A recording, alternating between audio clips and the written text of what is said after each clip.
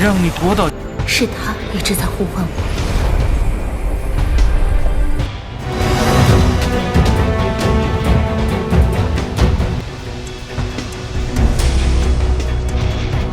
Halo Sobat Sama Kanang, gimana kabarnya? Semoga kalian baik-baik saja ya. Seperti biasa, pada video kali ini kita akan membahas preview cerita Donghua BTTH episode ke-231, yang dimana pada episode sebelumnya, ledakan magma dahsyat tiba-tiba mengguncang terowongan bawah menara pemurnian Qi, dan dari dalam kobaran merah itu, Xiaoyan pun muncul dengan napas terengah-engah serta pakaian yang berantakan. Namun demikian, yang membuat semua orang membeku bukanlah lukanya, melainkan pengakuannya. Di dasar magma, ternyata ada makhluk yang bahkan hampir saja merenggut nyawanya. Mendengar hal itu, Suqian dan Mang Tianqi langsung terdiam. Karena jika bahkan Xiaoyan bisa dibuat babak belur, maka seberapa mengerikankah keberadaan tersebut? Sementara itu, di aula gelap klan Hun Tiandi akhirnya memutuskan untuk bergerak penuh. Oleh karena itu, seluruh pasukan segera dimobilisasi, lubang cacing rahasia dibuka, dan ia sendiri turun tangan untuk menahan Gu Yuan. Kemudian, di puncak alam bintang, dua penguasa puncak dunia itu akhirnya saling berhadapan. Negosiasi pun ditolak mentah-mentah, ancaman dilontarkan tanpa ragu, dan dengan demikian perang besar tak lagi bisa dihindari. Di sisi lain, kembali ke Akademi Jianan, suasana yang semula damai berubah hanya dalam hitungan detik. Awan hitam perlahan menutupi langit, sementara aura kematian menyapu cakrawala tanpa ampun. Xiaoyan yang sempat beristirahat di bawah langit biru, kini membuka mata dengan tatapan sedingin pedang. Waktunya habis. Selanjutnya, evakuasi besar-besaran segera dimulai, makam surgawi dibuka, dan ribuan siswa dipindahkan dengan tergesa-gesa. Tak lama kemudian, ketika pasukan aliansi akhirnya muncul memenuhi langit, Xiaoyan berdiri tegak di angkasa dan mengaum menantang klan Hun secara terbuka. Akan tetapi, Hun Tiandi hanya tersenyum tipis. Kemudian, Taoshi Ancient God Jade diangkat tinggi-tinggi. Dan dalam sekejap, satu telapak tangan raksasa menghantam tanah. Akademi Jianan pun hancur, magma menyembur ke langit. Dengan demikian, di atas lautan api yang membara itu, perang untuk memperebutkan rumah dewa kuno resmi dimulai. Dan itu merupakan inti cerita pada cerita sebelumnya. Kalau begitu, sekarang langsung saja kita masuk ke bagian cerita terbaru.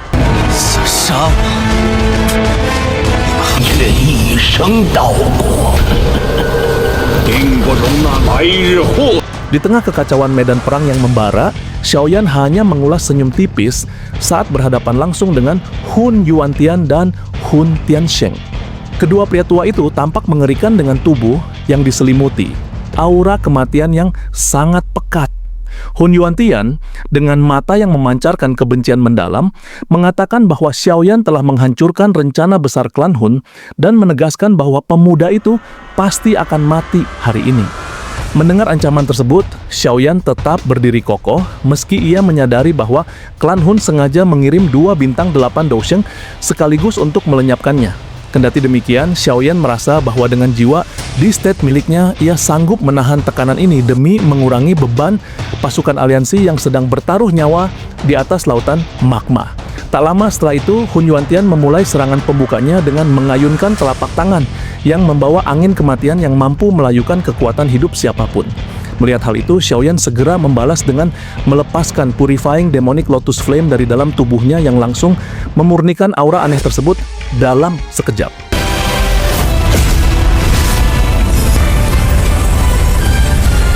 Menyadari bahwa Xiaoyan telah tumbuh jauh lebih kuat dibandingkan pertemuan terakhir mereka, Hun Yuantian berteriak mengajak Hun Tiansheng untuk menyerang secara bersamaan. Hun Tiansheng segera melesat ke belakang Xiaoyan dan melepaskan teknik jari Dewa Kematian yang menusuk ruang. Melihat serangan dari dua arah, Xiaoyan berteriak keras dan mengaktifkan teknik badan kaca kingkong serta tubuh api pemusnahan sekaligus, menyebabkan tubuhnya membengkak hingga 1000 kaki dan menjadi jernih seperti kristal api. Kemampuan untuk menggabungkan dua kekuatan tubuh Douqi ini adalah sesuatu yang hanya bisa ia lakukan berkat kekuatan jiwanya yang telah mencapai tingkat dewa. Tak lama setelah itu, Xiaoyan melancarkan rentetan serangan tingkat Tian mulai dari palem musim semi kuning hingga jari musim semi kuning secara simultan.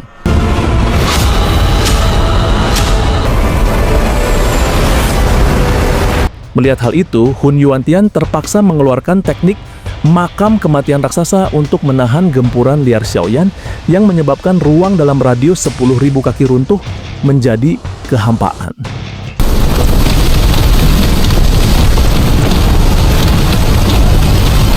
Di sisi lain, Hun Tiansheng mencoba memanfaatkan celah dengan menghantamkan pilar batu hitam raksasa ke arah Xiaoyan. Benturan keras itu menghasilkan suara dentuman yang memekakkan telinga, menyebabkan keduanya terlempar mundur dengan napas yang memburu.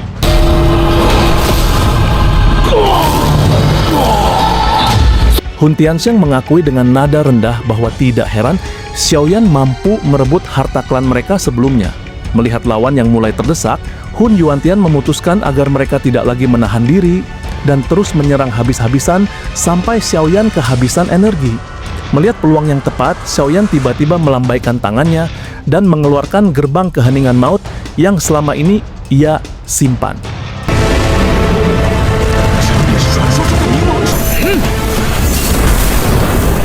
Melihat hal itu, duo klan Hun justru merasa sangat gembira dan secara sukarela membiarkan diri mereka terhisap ke dalam gerbang tersebut karena mereka berniat menghapus jejak spiritual Xiaoyan dari dalamnya.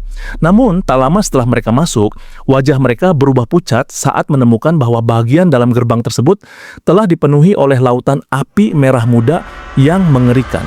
Melihat hal itu, mereka mencoba melarikan diri, tetapi Xiaoyan dengan sigap memblokir pintu keluar menggunakan tubuh raksasanya. Kendati mereka berusaha menerobos, Xiaoyan melepaskan gelombang sonik spiritual, kemarahan ilahi musim semi kuning sebanyak 3 kali berturut-turut yang langsung mengguncang jiwa kedua tetua tersebut hingga pusing bukan kepalang. Xiaoyan tertawa dingin dan mengatakan bahwa karena mereka sudah masuk, mereka bisa melupakan keinginan untuk keluar hidup-hidup. Tak lama setelah itu, Xiaoyan menciptakan 10 teratai api pemusnahan dan melemparkannya ke dalam ruang terbatas tersebut. Melihat kumpulan kekuatan penghancur itu, duo klan Hun mencoba melakukan upaya terakhir untuk menyerbu keluar. Namun, segalanya sudah terlambat. Xiaoyan dengan tegas memilih untuk meledakkan seluruh teratai api tersebut bersamaan dengan penghancuran batu spiritual inti dari gerbang keheningan maut itu sendiri.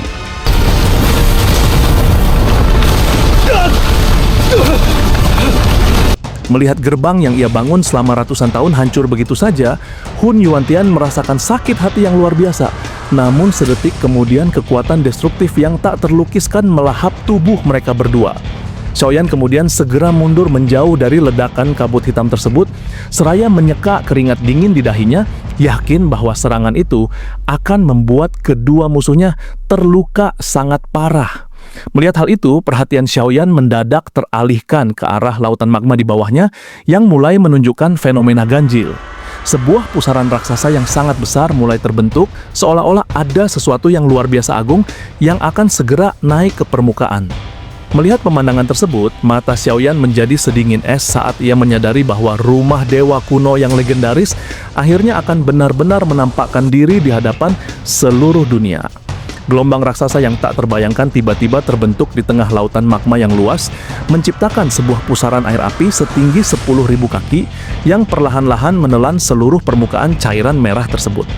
Dari pusat pusaran yang berputar liar itu, sebuah fluktuasi misterius berdesir ke segala arah, membawa tekanan kuno yang belum pernah dirasakan oleh siapapun di era ini.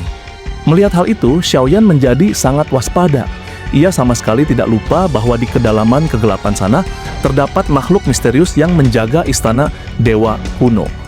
Ia menyadari sepenuhnya bahwa jika entitas raksasa itu muncul ke permukaan, pertempuran antara aliansi dan klan Hun ini akan mengalami perubahan drastis yang sangat sulit diprediksi. Tak lama setelah itu, ruang di belakang Xiaoyan bergetar hebat dan memunculkan sosok Hun Tiansheng yang tampak sangat mengenaskan dengan aura kematian yang hampir padam total. Xiaoyan terkejut melihat musuhnya masih mampu bertahan hidup setelah dihantam ledakan belasan teratai api dan penghancuran gerbang keheningan maut. Namun ia segera menyadari bahwa Hun Tiansheng hanya tersisa napas terakhir sambil menyeret tubuh Hun Yuantian yang sudah dingin tak bernyawa. Melihat hal itu, Hun Tiansheng yang diliputi ketakutan luar biasa segera mundur dengan sisa tenaganya yang sekarat. Xiaoyan memilih untuk tidak mengejar karena ia harus mengalihkan seluruh fokus indranya pada pusaran magma di bawah yang semakin mengganas dan bergejolak.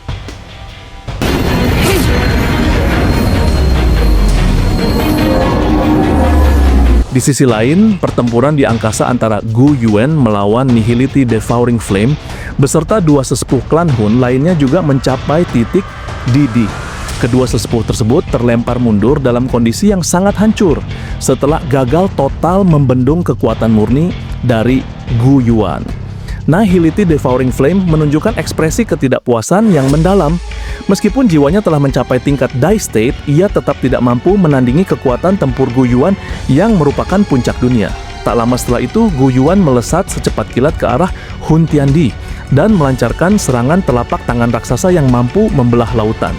Namun, Hun Tiandi berhasil menahan serangan itu sambil tertawa liar, mengatakan bahwa segala upaya Gu Yuan sudah terlambat karena rumah dewa kuno akan segera menampakkan kemegahannya. Melihat hal itu, pusaran magma di bawah mereka tiba-tiba membesar 10 kali lipat secara instan dan menyemburkan pilar api raksasa setinggi 10.000 kaki yang menelan banyak prajurit dari kedua belah pihak secara membabi buta hingga mereka lenyap menjadi abu.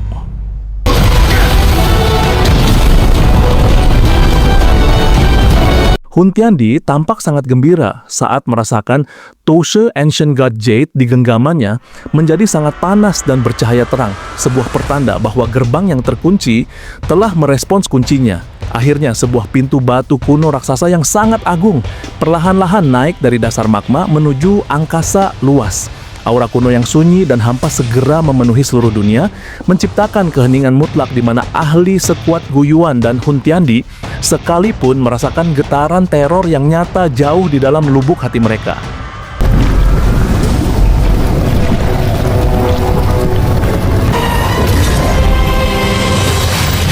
Melihat 3 kata kuno bertuliskan rumah dewa kuno di pintu batu tersebut, Hun Tiandi tertawa liar dengan suara yang membahana layaknya guntur yang membelah langit.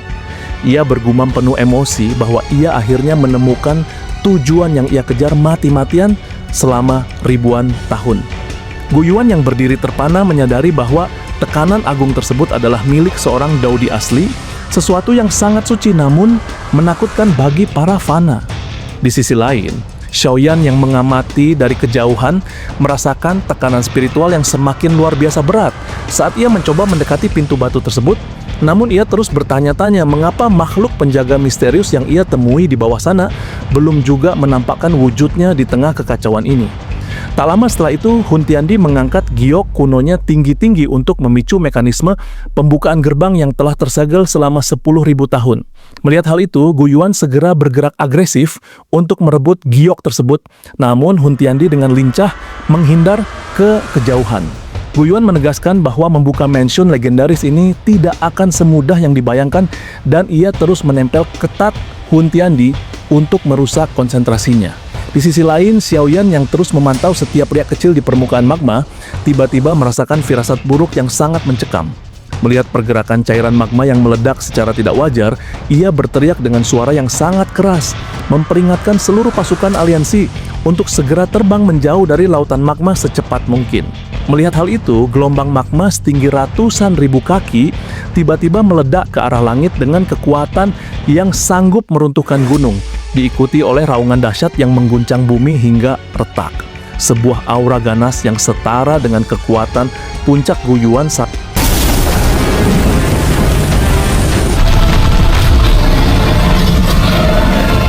makhluk misterius yang sangat besar itu tertawa dengan suara yang sangat menggelegar, menyatakan dengan penuh keangkuhan bahwa akhirnya ia bisa melihat cahaya langit kembali setelah sekian lama terkurung dalam penjara kegelapan abadi yang menyiksa.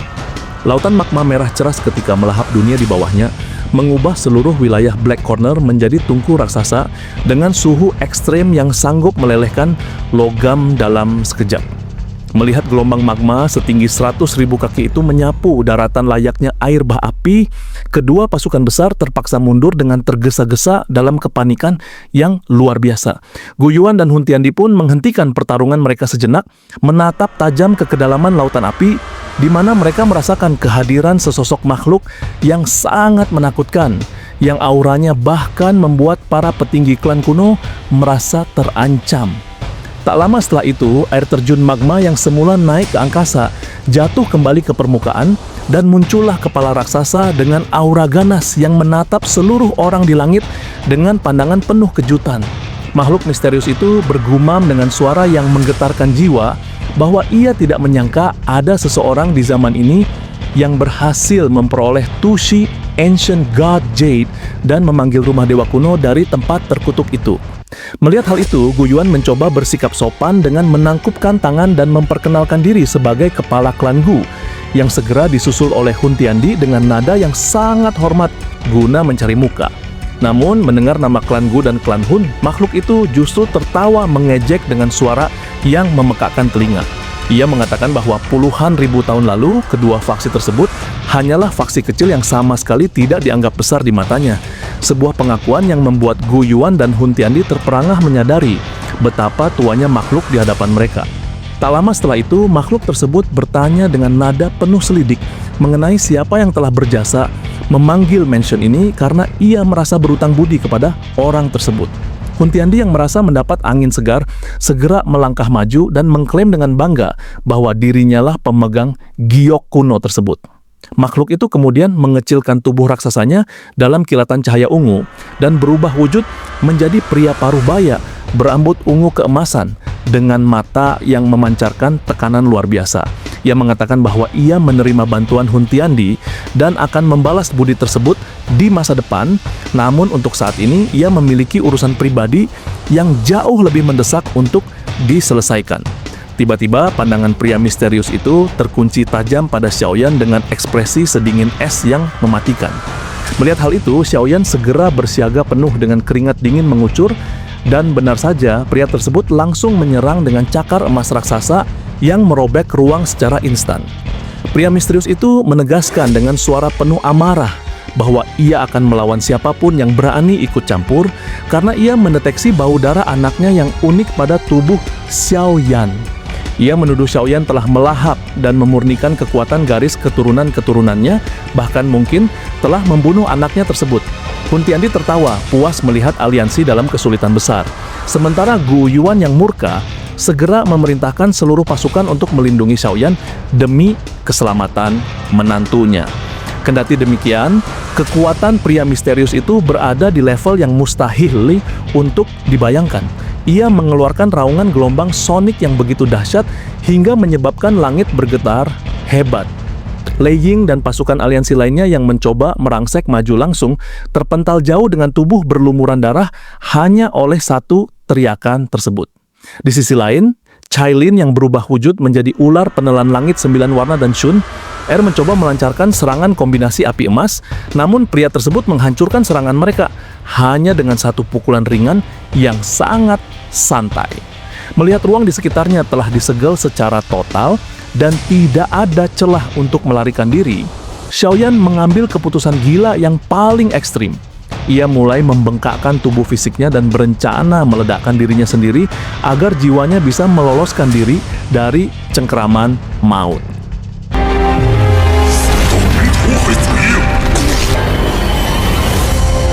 Melihat tindakan nekat itu, wajah Shun menjadi pucat pasi dan ia berteriak histeris mencoba menghentikan Xiaoyan. Namun, tepat sebelum tubuh Xiaoyan hancur berkeping-keping, segel naga di punggung tangannya tiba-tiba mengeluarkan kilau emas yang sangat cemerlang. Suara cemas Zian terdengar menggema dari dalam segel tersebut, melarang Xiaoyan melakukan tindakan merusak diri yang sia-sia.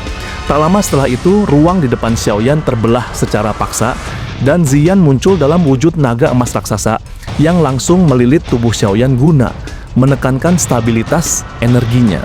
Pria misterius itu awalnya tetap berniat menghantamkan segel ungu emas berkekuatan pemusnahan ke arah naga tersebut. Namun serangannya mendadak terhenti secara tiba-tiba di udara. Melihat cahaya keemasan yang menyinari wajah naga emas itu, serta merasakan fluktuasi garis keturunan yang sangat murni, tubuh pria misterius tersebut tiba-tiba gemetar hebat, seolah-olah ia sedang mengalami guncangan jiwa yang luar biasa dahsyat. Segel cahaya di tangannya runtuh seketika saat amarahnya berubah menjadi emosi yang tak terbendung. Dengan suara yang sangat gemetar dan air mata yang hampir jatuh, pria misterius itu menatap naga di hadapannya dan bergumam, memanggil sosok tersebut sebagai anaknya sendiri, mengubah suasana medan perang yang semula penuh niat membunuh menjadi sebuah pertemuan keluarga yang sangat membingungkan bagi semua orang yang hadir. 这小子倒是出人意料。